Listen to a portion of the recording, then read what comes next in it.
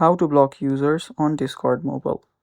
Hello guys, this is Atticus and welcome back to another tutorial video.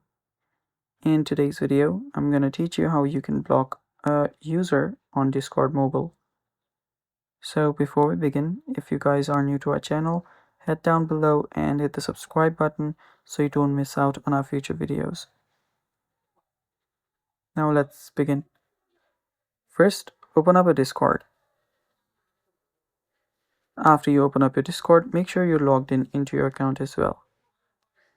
Now you can navigate to a user by tapping on the home here, then tapping on the chat box on the top left. After you're there, find a person and you can long press on it to open up their options. So here you can see that there is no option to actually block them.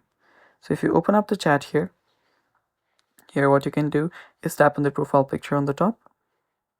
So this is basically a group. I'll just open up the profile by tapping on the user.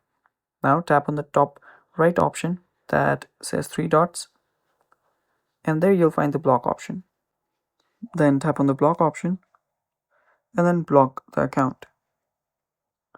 And this is basically how you block someone.